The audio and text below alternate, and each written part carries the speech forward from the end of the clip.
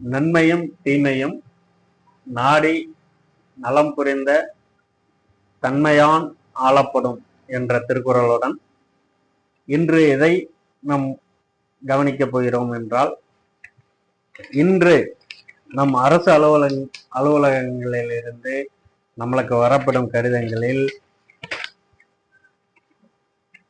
நா கா இது போன்ற முன்னெழுத்துக்கள் பொறிக்கப்பட்ட கடித எண்கள் மூலம் நம்மளுக்கு அனுப்பப்படும். அதனுடைய விளக்கங்கள் பாத்தீங்கன்னா, நாகா என்றால் நடப்பு கடித எண் என்று அர்த்தம். அதே போல் ஓ மு என்று ஒரு சில கடிதங்கள் வரப்பெறும். அதனுடைய அர்த்தங்கள் பாத்தீங்கன்னா, ஓராண்டு முடிவு பெற்ற கடிதங்கள் அதனுடைய அர்த்தமாக அது ஏற்றுக்கொள்ளப்படும்.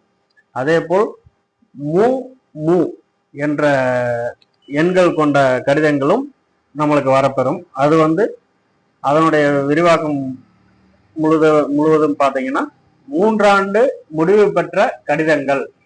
அதாவது ஒரு மனு வழங்கி 3 ஆண்டு அந்த மனு நிலுவையில் வைத்திருந்து அதன் பின் அது விசாரணைக்கு எடுக்கும் பொழுது அதனுடைய அர்த்தம் கடித எண் வழங்கப்படும் கடித எண்கள் மு மு என்று அதில் போடப்பட்டிருக்கும்.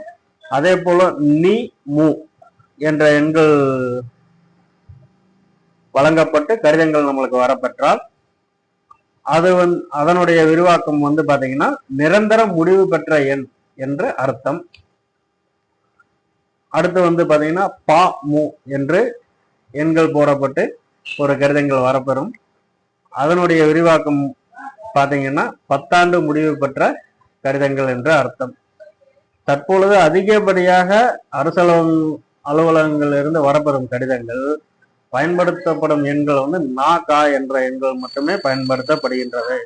அதனுடைய அதிகமாக அது மட்டும்தான் பயன்படுத்தப்படுகின்றது.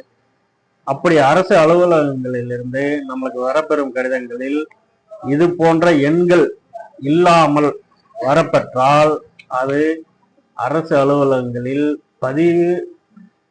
பதிவு நோட்டில் பதிவு செய்யாமல் நம்மளுக்கு அனுப்பப்படும் கடிதங்கள்.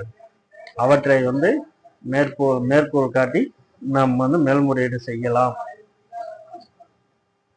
என்பதை இன்று விளக்கங்களுடன் சந்தித்தோம். மீண்டும் அடுத்த வீடியோவில் சந்திப்போம்.